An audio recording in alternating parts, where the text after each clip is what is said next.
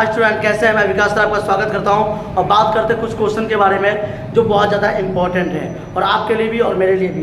बात करते हैं जी के बीपीएससी में क्वेश्चन पूछे जाते हैं आपसे। आपने देखा होगा कि बीपीएससी में कुछ क्वेश्चन हमारे लिए और किस प्रकार से इंपॉर्टेंट है। 25 जून 1975 को भारत का पहला आपातकाल लागू हुआ था। श्रीमती इंदिरा गांधी ने कहा था राष्ट्रपति फखरुद्दीन अली से कि आप भारत में आपातकाल लागू कर दीजिए।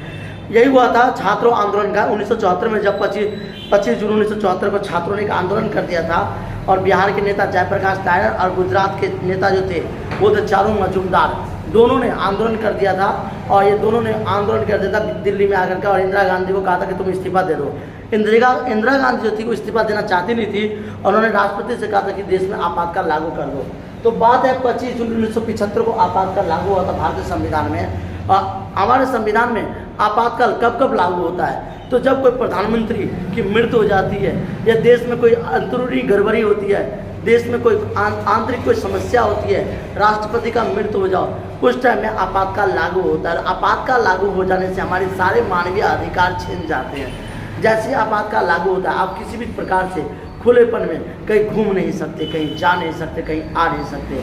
इसीलिए आपातकाल का मुख्य उद्देश्य होता है हमारा सबसे पहले कि आपातकाल के दौरान हम क्या क्या करें, तो अपने अधिकारों से वंचित रहें, बाहर घूमें नहीं, ज़्यादा कहीं जाए नहीं। बात करते हैं बीपीएससी में क्वेश्चन पूछे जाएगा जो आपके बहुत ज़्यादा जरूरी है। अब बात करते हैं भारतीय राष्ट्रीय कांग्रेस के संस्थापक कौन थे? जानते होंगे आप, कांग्रेस के राष्ट्रीय संस्थापक के उद्देश्य करने वाले व्यक्ति थे ए.ओ. ह्यूमस, जिन्होंने राष्ट्रीय कांग्रेस की स्थापना की थी।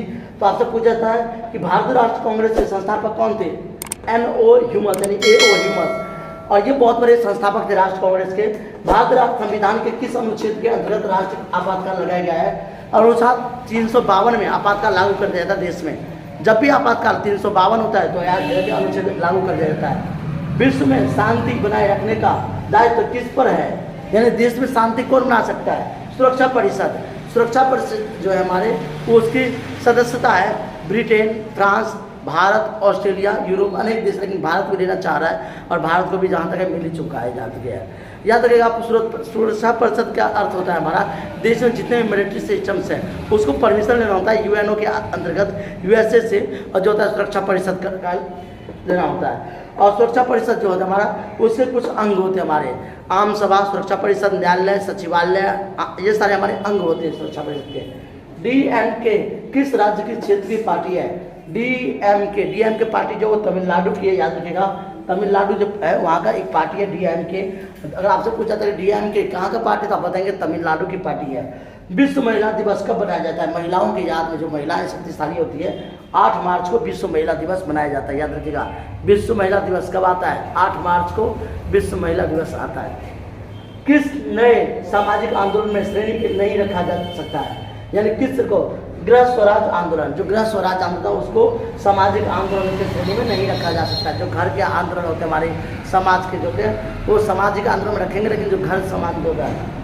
1917 में रूस को समाजवादी की स्थापना किसने की थी? याद रखिएगा, लेनिन ने रूस की समाजवाद की स्थापना की थी। रूस की क्रांति की शुरुआत हुई थी 14 जुलाई 1789 को होता रूस की क्रांति में। और रूस में काफ़ी सारे अर्थव्यवस्था खराब हो गए थे, आपने देखा होगा। और ऐसे क्वेश्चंस के लिए हमारे चैनल पर बने रहे। जय हिंद, जय भारत।